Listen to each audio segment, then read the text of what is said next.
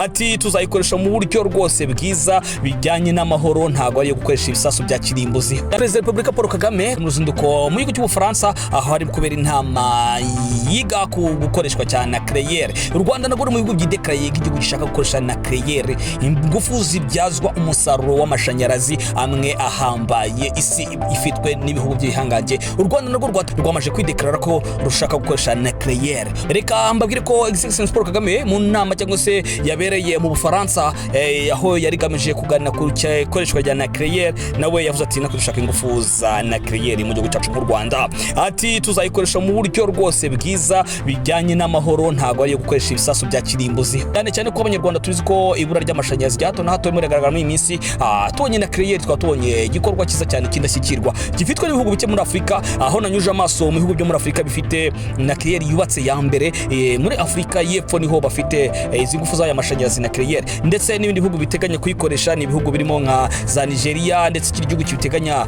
mu Rwanda rukaza ku mwanya wa kabiri ushaka iyo bita small Naclaile cyangwa se small module Naclaile. Nuvuga ngo ni uburyo bundi nabwo bugezweho gukoresha ibi byose, rero bikaba birimo bitegurwa n'umukuru w'igihugu cyacu cy'u Rwanda Excellence Paul Kagame aho yari muri yo tiru.